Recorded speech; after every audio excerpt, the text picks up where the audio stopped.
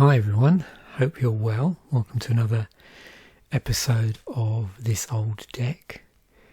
And this week, another deck from the Golden Age of Magic. We're going to be looking at, and I always have fun pronouncing this, a Sandsipoise deck, specifically from Toronto 1997. That's the Grand Prix. And it made the top 8. And Dan Silverman was piloting this deck in this particular instance. So, why did I want to talk about this deck? Well, I noticed recently I've been concentrating a lot on decks that have quite a low creature count, but also in some way, play around with resources in Magic in ways that maybe we're not so used to nowadays, and then offer the control of those resources. The board state is leveraged in some way, and so this deck uses a combo which sort of explores a different aspect of that than maybe the couple of decks we've looked at so far.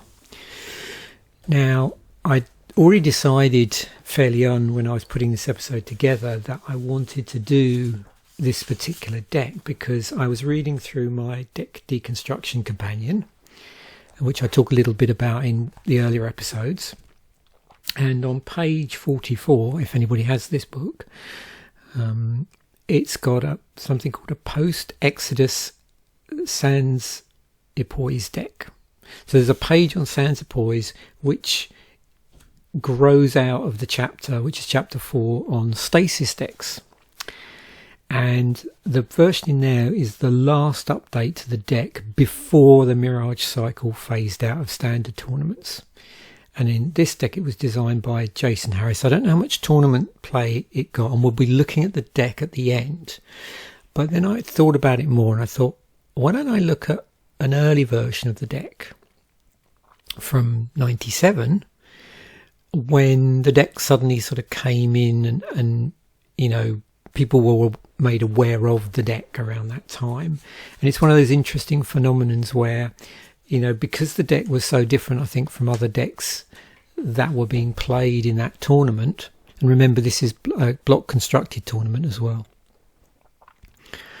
but so different, it probably did better than people would expect because it's an interesting deck to look at. So I'll include a link to this article, so just you can get it on your Magic time frame if you just want to look a little bit more into what block constructed was about, what was like at that time. But you can sort of see once we get into the deck and we start to highlight the sets, it'll all become apparent.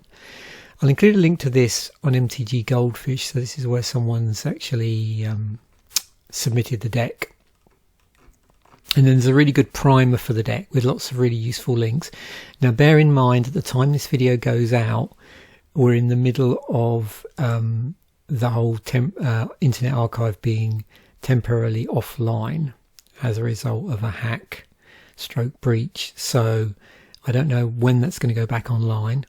So a lot of these archive.org links you won't be able to access. Sadly, a lot of the Magic the Gathering links are also broken. But that's just something over time we've had to get used to, I suppose. But there's loads of links in here to old classic dojo articles, which are actually still available in here. So I can sort of go in. I'll just drag this across in a moment so you can see what these look like. So here's a variant from, when would this be? This would be September. Yeah. So this was after the previous Grand Prix, I think.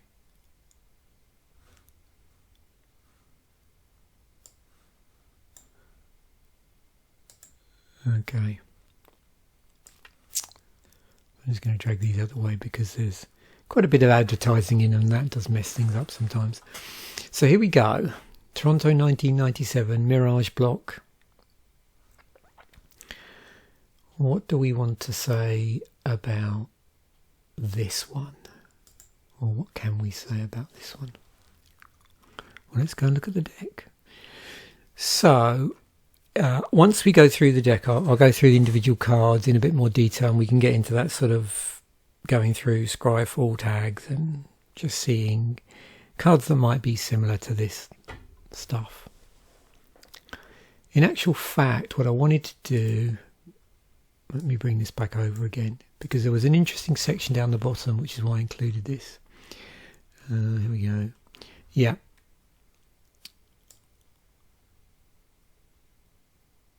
So, Sandsipoise is a combo deck from Mirage that sent more than one person to a Pro Tour back in the day. It was a very powerful 2-card combo that neutralised most threats before using a 3rd card to finish the opponent off. The deck utilised a substantial number of search effects with a couple of tutors, and of course in various variants of the decks there might be like Sage Owls, Impulse in the deck. The deck we're looking at, I don't think it does have a Sage Owl in it. But like with a lot of decks, this evolved over time up to the point where the combo disappeared, rotated out of standard. So the main part is this Sands of Time Equipoise combo, hence the concatenation of the two to make the Sandsipoise name. The combo may not be obvious by just glancing at the cards, but actually it's pretty simple. Phasing triggers in the untapped phase. Sands of Time skips the untapped phase. Equipoise makes things phase out. If there's no untapped phase, then nothing phases in, ever. Pretty nasty combo. Randy Buehler describes the combo in more detail. The way phasing works is that before your untapped step, phase out all permanents with phasing and phase in everything that is phased out. With Sands of Time in play, no one gets an untapped step, so nothing naturally phases. Equipoise causes things to phase out at other times, though, so each turn it would phase out all of your opponent's creatures, as you have none, and all or most of his lands, as you have sacrificed yours to the effect of the card like Desolation. With the boards locked up, you'd win with something like Miser's Cage, which you could play off a Dark Ritual. Wacky to be sure.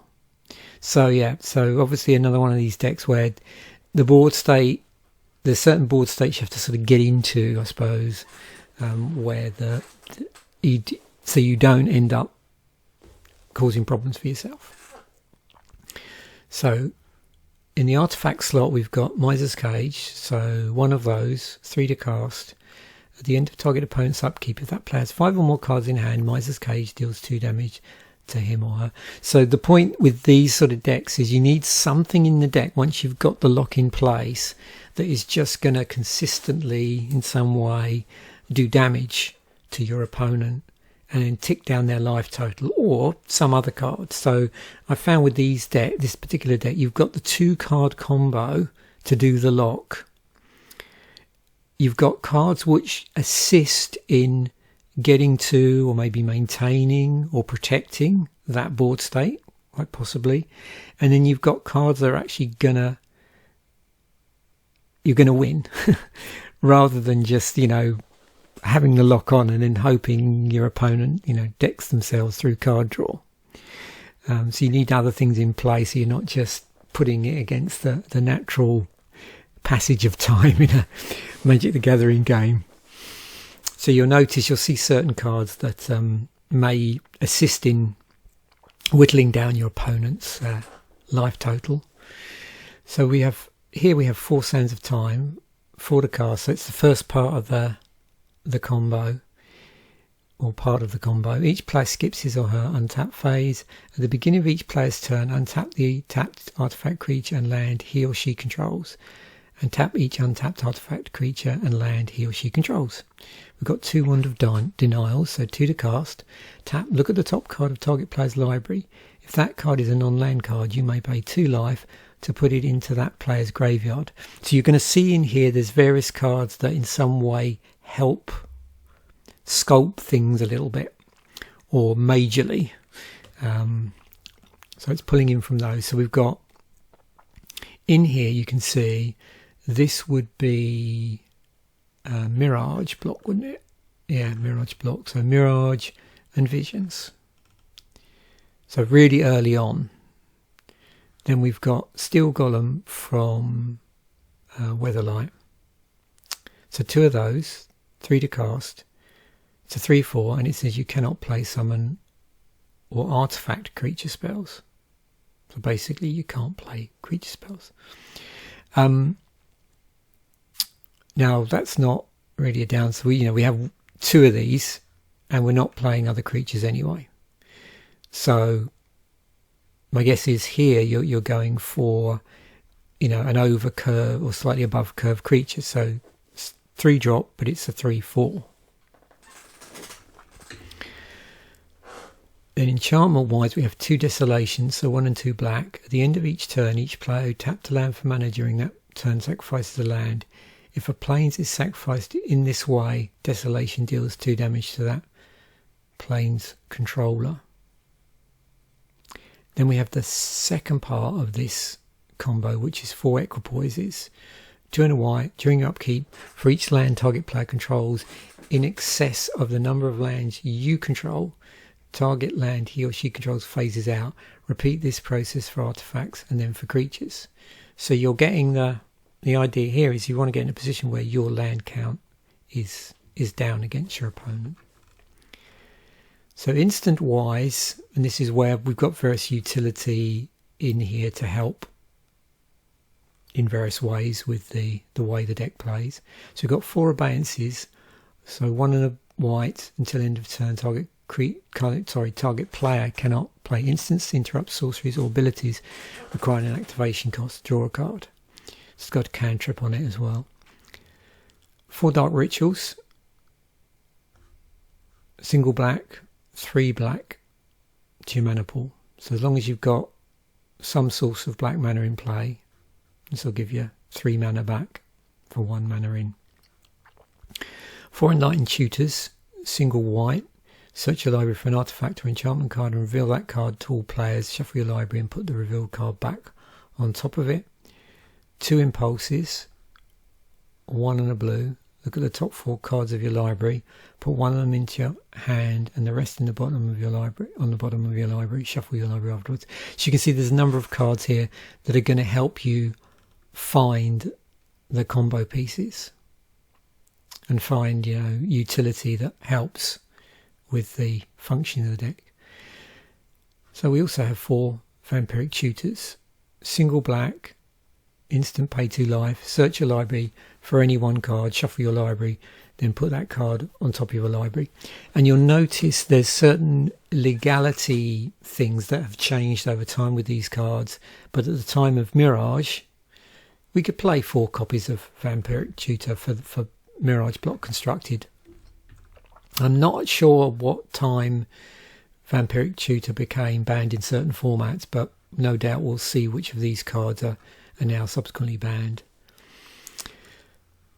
Land-wise, interesting mana base here. You can see we've got 4 crystal veils. So this is from Mirage. Tap, add 1 colourless to your mana pool. Tap, sacrifice it, add 2 colourless mana to your mana pool.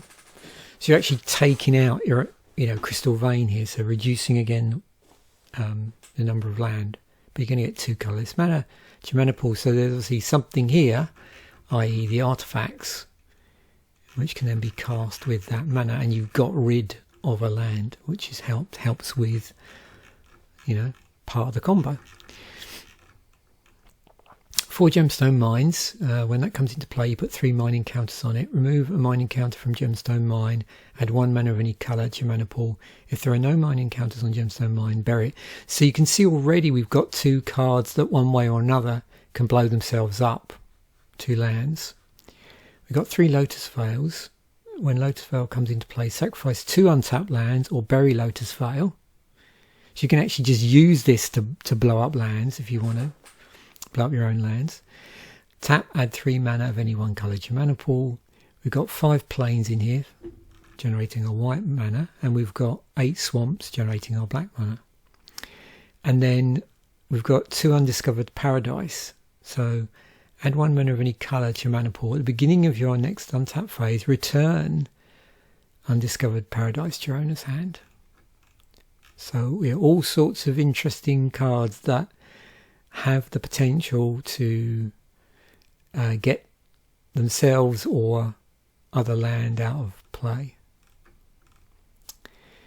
Sorcery wise, we've got 1 tariff, so 1 and a white. Each player chooses a creature with the highest total casting cost he or she controls, then pays an amount of mana equal to that creature's total casting cost or buries the creature. We do have a sideboard here, so obviously this was designed to deal with specific types of deck that would be more likely at that point in time in Mirage Block tournament play. So we've got 1 Argovin Find, single white, return target artifact or enchantment card from your graveyard to your hand.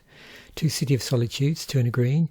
Each player may play spells and abilities only during his or her turn. So interesting other ways of like locking stuff down, a way of getting stuff, particularly artifacts or enchantments, which is the bulk of this deck, back from the graveyard. We've got 3 Coercions, 2 and a black. Look at a target opponent's hand, choose a card from that player's hand, that player discards that card. So we've got some some hand discard. 3 Disenchants for dealing with artifacts or enchantments. You can destroy target artifact enchantments. It's 1 and a white. 1 Soul Echo, X and 2 white. Interesting layout on this card. When you play Soul Echo, put X echo counters on it. At the beginning of your upkeep, if there are no echo counters on Soul Echo, bury it. Otherwise, target opponent may choose that for each 1 damage dealt to you until your next upkeep. You instead remove 1 echo counter from Soul Echo. You do not lose the game as a result of having less than 1 life. So interesting don't die card. 1 Steel Golem, so there's an extra Steel Golem in the sideboard. 3 to cast, 3/4. Yep, you cannot play summon or artifact creature spells. An extra tariff, which we've already seen, says 1 and a white. Each player chooses a creature with the highest total casting cost he or she controls, then pays an amount of mana equal to that creature's total casting cost or buries the creature. And then we got 1 Vision Charm. So this is a modal spell, single blue, choose 1, target artifact phases out, or put the top 4 cards from target player's library into his or her graveyard, or all lands of 1 type are basic lands of your choice until end of turn. So pretty useful in this deck, again, for dealing with certain things. We've got 1 Wand of Denial, so that increases, again, we can adjust the amount in the deck if we need to. We've already got these in the deck. So this was 2 to cast, tap, look at the top card of a target player's library. Of course, you can target yourself. If that card is a non-land card, you may pay 2 life to put into that player's graveyard. So you can use it on your own to sort of thin out maybe cards you don't want to draw from your library. And then 1 Wildfire Emissary, 3 and a red, summon a Freet, protection from white, 1 red, +1/+0 until end of turn, 1 and a red, and it's a 2/4.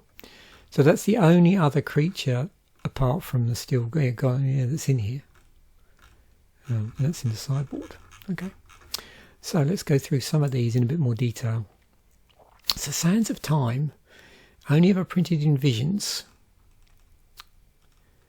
So this card still affects players when it's tapped, so it's not one of those artifacts which you can sort of switch it off. Do you remember we were talking about that, I think, in another episode, about how back in the day certain artifacts could be switched off by getting them by them being tapped.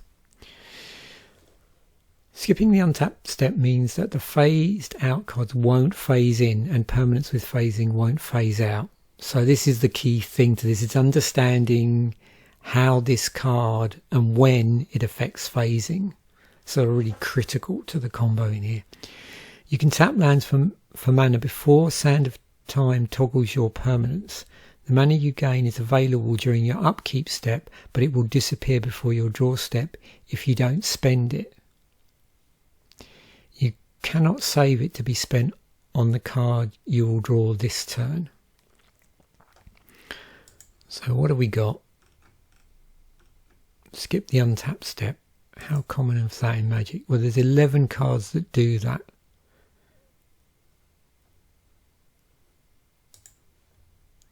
And historically, if we do the good old is first printing search and then put them in order, we can sort of see how this has played out. So funnily enough, we have a stasis card. Because if you remember at the start of the video, I said that this particular deck I got out of the stasis section of the deck Deconstruction companion. An official Magic the Gathering book from way back. In fact, when did this come out? 1999.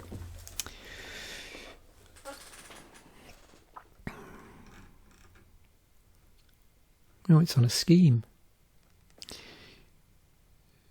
And on a plain chase card.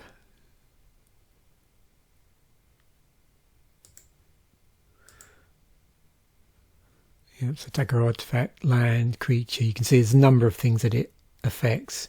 It is symmetrical, so it does affect, you know, each of the players, including you.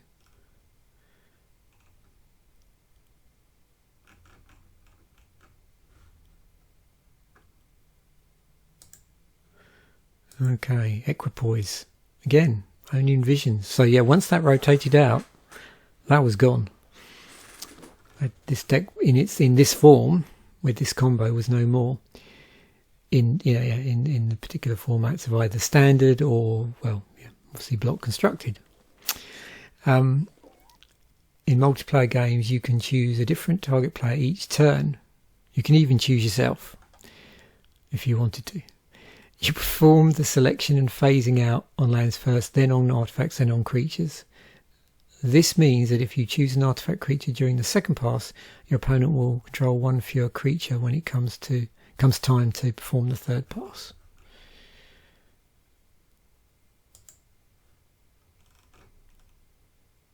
So, yep. Sort of, yeah, it does remind you, doesn't it, of balance. So there's 5 balance type effects. So effects that attempt to equalise the board state between players by forcing players to sacrifice permanents on the battlefield or discard their card to a number set by the player with the fewest on the field or in hand. So obviously, just looking at this, you can sort of see there's some interesting, you know, combo shenanigans, synergies that you could probably get up to. In terms of which side of the board, if you like, benefits from the balance and how that benefit or not synergizes with other cards that you could potentially put in a deck. Yeah. So I'm just going to get the order here so we can get an idea. There we go. You see, you got Mages of the Balance, Restore Balance. There's quite a few just with balance in the title. In fact, Equipoise is the only one that doesn't specifically have balance anywhere here. So, Balancing Act. Interestingly, so 3 of them are sorceries and 2 are permanents. Where did that come from? Commander 2018. I wonder what else was in that deck. Was that a mono white deck maybe? I'm not sure.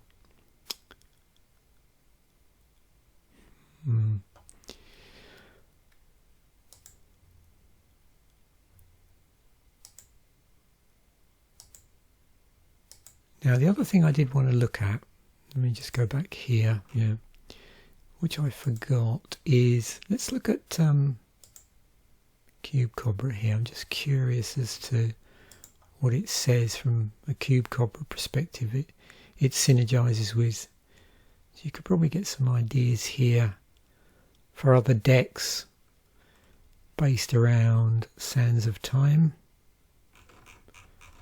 What do they say it gets drafted with? And there's Ashnod's Altar. What about Equipoise? What do we see there? I think for the combo I'll go quite deep. For the support cards, not so much. Because I might as well, while I'm in here poking around, have a look at the EDH Rec stuff for these two cards. Because I'll be curious. Okay. Very interesting group of cards. Got some old stuff here. Okay.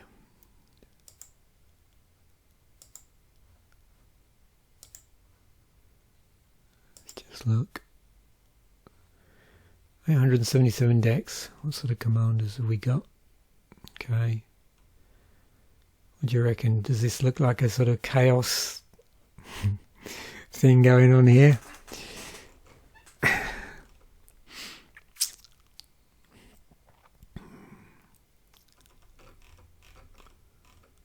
Yeah, it looks a bit suspicious, doesn't it, in that direction?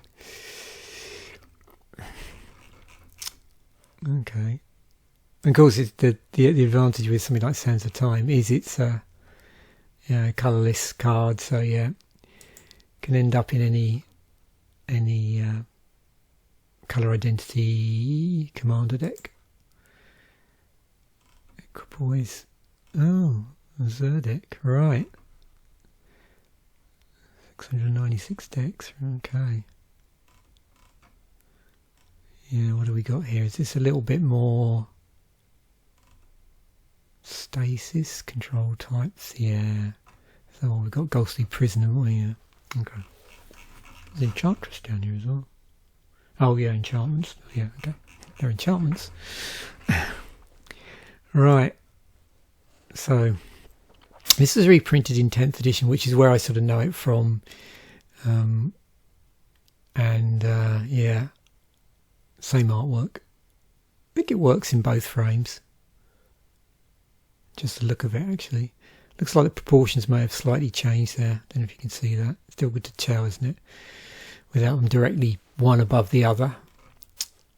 So you can put creatures on the battlefield by means other than casting them. Hint, hint. Yeah, so remember it says you cannot play summon or artifact creature spells, and there may be other ways of getting creatures on the battlefield than casting them. Yes, this only affects you. A creature spell is any spell with the type creature, even if it has other types such as artifact or enchantment.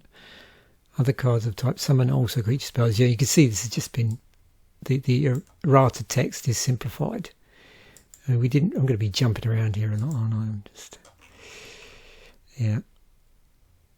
So this is equally complex here, and Sands of Time, yeah. But still got them, yeah, simplified. Okay.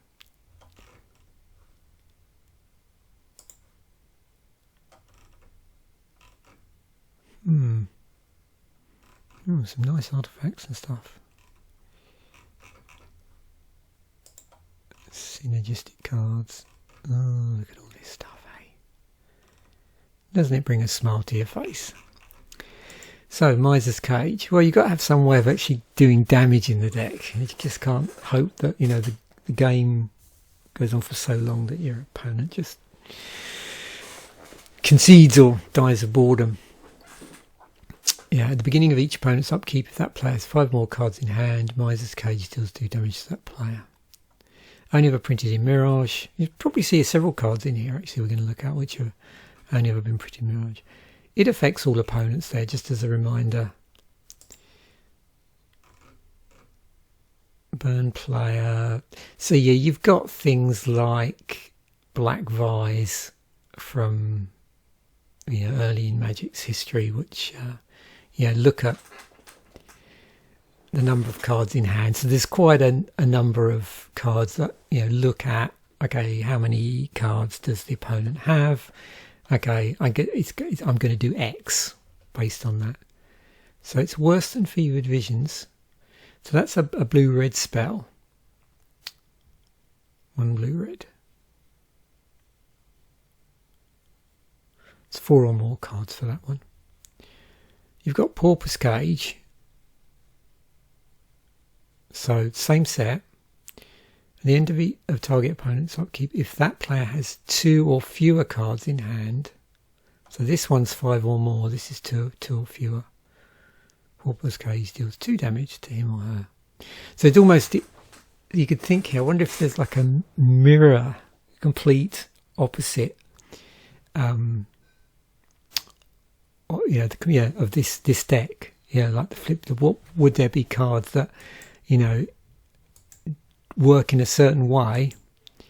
So whatever you've done to lock the opponent into having, discarding their hand essentially. So, yeah, hand size hate. It's a thing. 86 cards that deal in hand size hate in Magic. So we've got things like the tutors. So this is actually banned in Legacy and restricted in Vintage. If anybody knows when this did actually get banned in Legacy and restricted in Vintage, let me know, because I didn't do the research for that. And so Visions, let's just see when it first appeared, which is Visions. We get it reprinted in 6th edition, and then we don't see it really again in any set until Vintage Masters. Now Vintage Masters was online only, so it's in Classic 6. It is in Eternal Masters, which is a paper set, so that's pretty cool that they did get round to releasing that. But yeah, so yeah, not reprinted a ton, but at the time obviously in that format, yeah, perfectly legal to run 4 of them. The shuffle and put the card on top is a single action. If an effect causes a top card library to be face up, the second card down is not revealed. Makes sense to clarify that.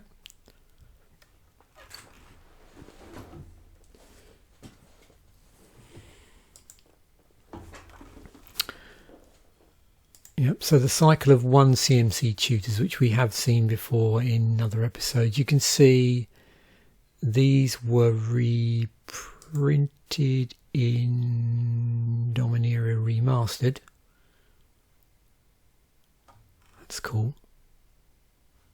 I got hold of some of these the other day, so expect some actual Dominaria Remasters packs. Someone gave me a gift voucher for a local game store, which I finally got round to redeeming, and I bought 3 packs of Dominaria Remastered.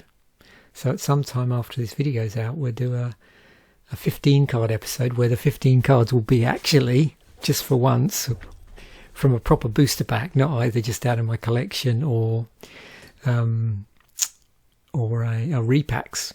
And I'm going to slow roll that a bit, so I'll do 1 per episode for a while. So something to look forward to. So yeah, I'd forgotten about that it had the cycle in it. So that'd be cool if we get a tutor of some description. Awesome. Yeah, I've not done many. I should take a look. I think in some sort of future episode, maybe a variant of Scryfall Shenanigans. I should look at some of the remastered sets. I think that, because I quite enjoy those. See what's in them, see what sort of cycles there might be. Oh wow, okay. So it's on Bringer of the Black Dawn. I'd forgotten about that. And then you got things like Imperial Seal. Now that used to be a super expensive card, from what I remember. Because wasn't it originally only printed in Portal 3 Kingdoms? Oh, look at that. So they did reprint it in Double Masters. Yeah. Search your library for a card, then shuffle and put that card on top. You lose 2 life. Pretty straightforward. And then we have Vampiric Tutor. Oh, yep, hang on. I go back one more, haven't I? Okay, what's cool tutor? Search your deck for any card. Shuffle your library and put that card on top of it. You lose 2 life. That's 2 and a black, so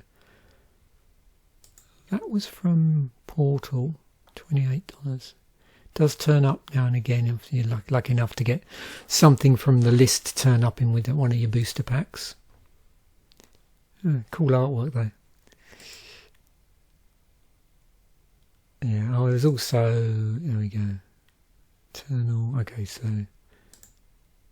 1 CMC tutor, and so if I do that, does that imply, yeah, we've done this before, so the first printings, oh, okay, yeah, so this is one that's, well, it would be a mega cycle, wouldn't it be, because one of them is outside of the block, which is Urza's. So we've got 3 from Mirage, 1 from Visions, and then the last one from Urza. Okay.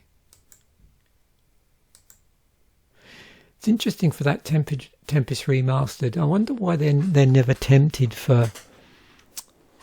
sorry, Dominaria. Oh yeah, actually Tempest Remastered, that's a good discussion as well. But Dominaria Remastered, and I can't remember exactly how wide they spread the net. But I wonder if they've ever been tempted, and probably Tempest is Remastered is a better example, is just to reprint the set in the old borders and put like a symbol in the bottom of the corner like I do on the list, just to differentiate between the card printings. See, I'd probably buy stuff like that maybe. I know I've stopped buying sealed Magic product, unless I sort of get gifted it, or I have someone, you know, sends me a voucher, I get a voucher from a relative or something. So I mean, Desolation next, 1 and 2 black. At the end of each turn, each player tapped a land for mana. During that turn, sacrifices a land. If a plane's is sacrificed in this way, Desolation deals 2 damage to that plane's controller.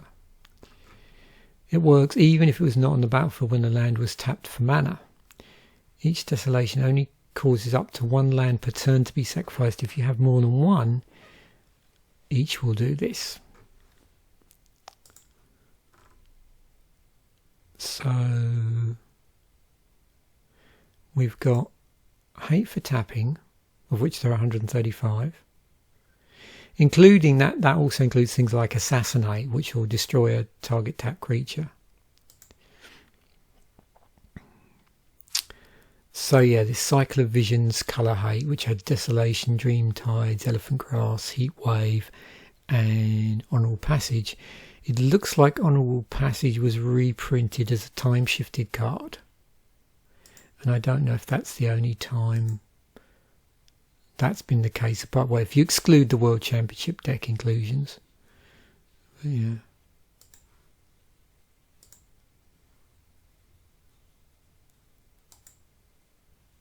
Rather strange artwork. Aim for planes, burn the player, anything else here? Remove all land, sacrifice. Okay, so there's 41 cards that do that. I wonder how many. So Destructive Flow is another enchantment. Earthlink, another enchantment. Land Equilibrium. Okay. Oh, Mana Vortex. Nature's Wrath. So I've got a few here. If I was to do a type of... So we'll do first printing. Looks like we've definitely been down this rabbit hole before. So let's just do type enchantment. Okay, so 12. Including our friend here. Right up to Tainted Ether. Oh, hang on, that's... okay, what have I done wrong here? Let me try that again. I meant to do release date, didn't I? There we go, that's better. So right up to Nettlevine Blight, Lorwyn. There's our friend. Okay. Interesting. I like this artwork here. Has this ever been reprinted? No. Alliances 137. Okay, so we got an upkeep cost there, have we? Yeah.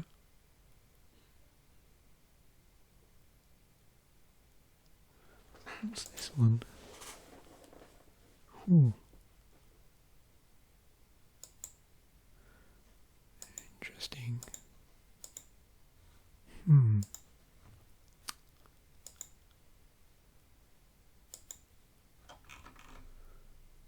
Okay. Abeyance. So yeah, interesting to look at all these, support cards versus other things, even though they're not necessarily directly part of the combo. But you can see here with Abeyance, until end of turn, target player cannot play instants, interrupts, sorceries, or abilities requiring activation cost. And it's got this draw a card on it, so it replaces itself. It's cantrip. Apart from the World Champion decks, it's not been reprinted. Prohibits activated ability cards which are not on the battlefield. Never prevents mana abilities from being activated. Does not affect abilities which are not activated, such as static abilities or triggered abilities. It also doesn't stop the declaration of attacks and blockers. This can't be used as a counter spell. It will have no effect on spells which are on the stack when it was cast, nor on those cast in response to it. Okay, that's interesting.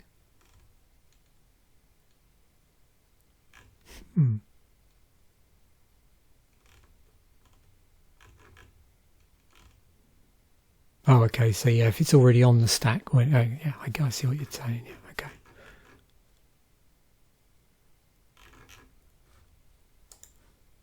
Yeah, I've never thought of that, actually. Okay. That's the card I was trying. I didn't want to say it in case I got it wrong. Silence. That's what it reminds me of. Yes, silence.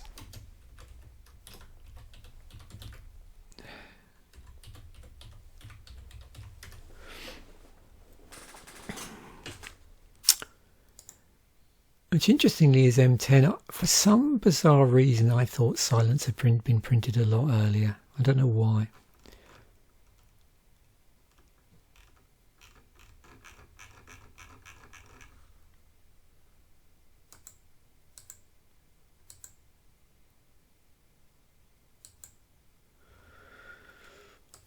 Mm-hmm.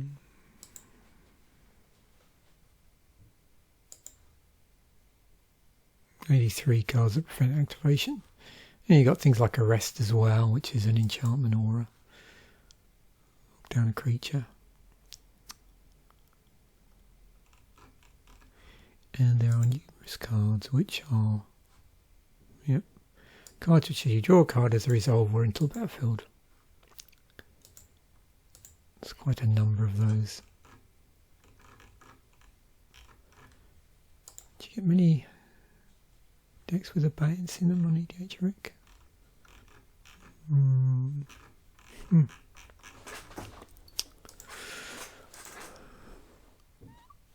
Yeah, Wand of Denial. Reprinted in Classic 6.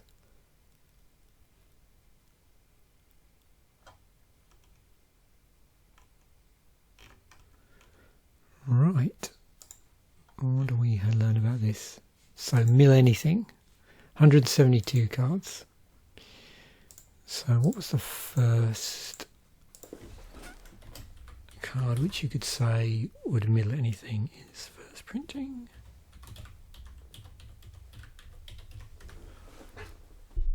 Millstone.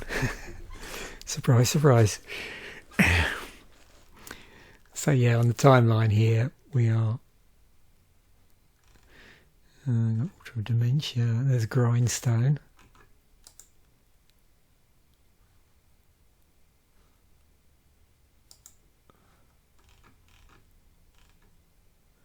Grinding Station, yeah.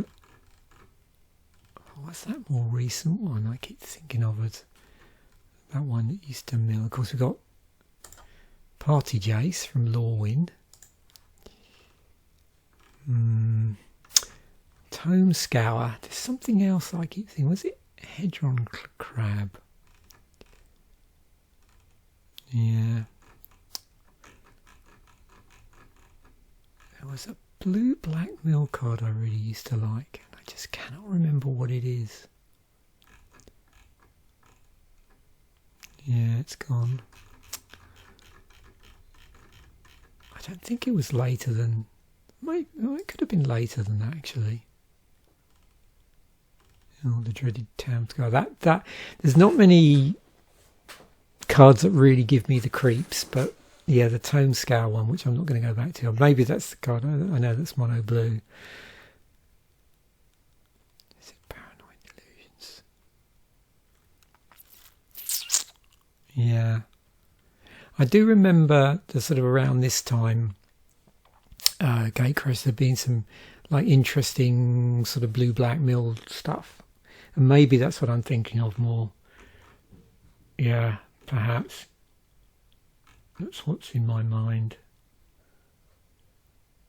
You know, Return to Ravnica era. Like blue-black decks, which employed mills. So that's probably what I'm thinking of, actually. Not necessarily a specific card, but like a group of cards. Okay. Do I want to say anything else about this card? I think it's pretty straightforward. Yeah, let's just see. It's always interesting with more the artifact things to see how much they crop up in commander decks, if at all, because they can be played in any colour identity. And we have Lotus Veil. 3 mana of any colour, only ever printed in Weatherlight. I don't think I have one of these. If you don't sacrifice the lands, Lotus Veil never enters, it goes directly to your graveyard.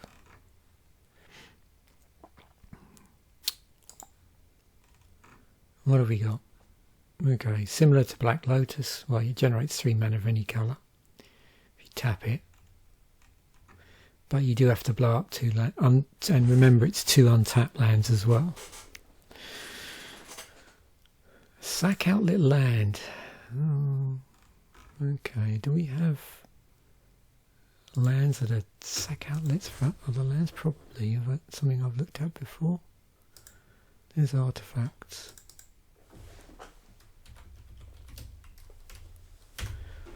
What gets included alongside that then?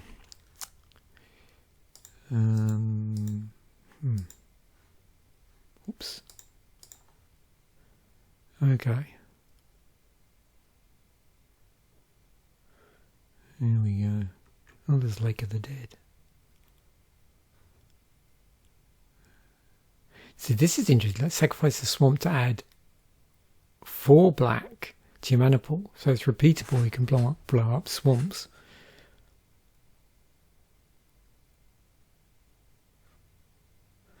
That would actually be quite interesting in this deck, wouldn't it? I think. I mean, it wouldn't be. It wouldn't be Tempest Block. Hang on. No. Yeah. What am I saying? So would it have been? This was in Alliances. Would that have been standard legal at that point? I'm trying to remember what was in standard during that period of Mirage. It would have been the Ice Age block, of which Alliances. Am I right? Yeah. Can someone? Am I right there? If it was Mirage standard,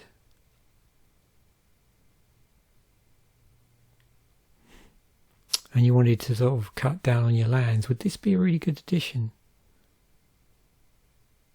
I'm not sure, because we're playing white-black, aren't we? Yeah. Something to think about. Something to think about.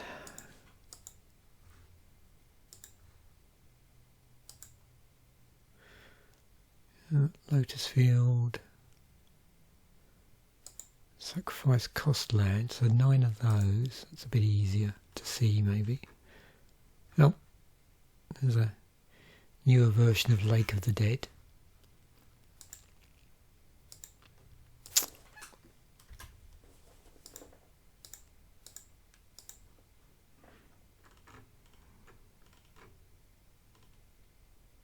We've got Lotus Field, which also has hexproof.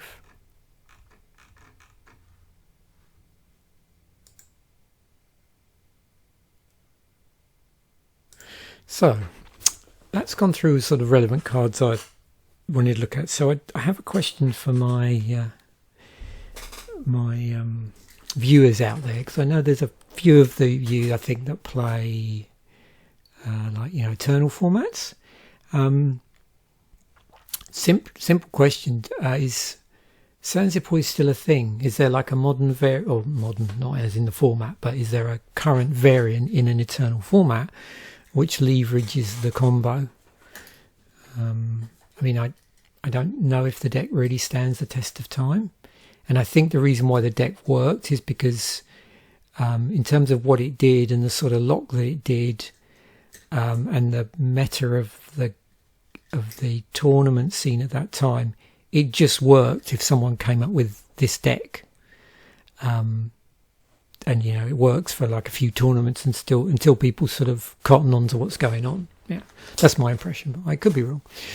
Anyway, what I did want to say is, if you look at the point in time just before Sands of Time would have rotated out, and how I originally stumbled across this. So this is the version of the deck as it's listed in the Deconstruction companion on page, 44, the post-Exodus version. So this is an interesting twist here. So you can see how in this deck they get into that board state of having less land than an opponent by basically playing less land. So the deck only plays 16 land, but then there's no sideboard in this, of course, because I don't know how many of these decks in here where they sort of either came from, say, dojo articles or they were articles in the duel list, however many in this form ended up in tournament play. But what you'll notice is there's a hell of a lot of artifacts here that generate mana. Yeah, so that's how it's doing it. So obviously you need something to get the artifacts out. So you do need some land, but the amount of actual land in here is only 16 compared to, say, 24. It's also... yeah, this is what blue, white. What was the other one? It was is it white, black, blue? Oh, actually, it's multicolour, isn't it? Yeah. What am I saying? So white, blue, black there, but we've got additional colours in the sideboard which we can use because of some of these cards producing mana of any colour. But the deck itself is, yeah, white, blue, black. If you don't, in terms of cards you've got to cast, you don't think about the sideboard. This one, hang on, what am I doing here? Is there any black at all in this one? No, it's just white, blue, so there's no black in it. Or no cards that require black mana, because I don't know, does anything here? Yeah, so some of these do actually generate all 5 colours.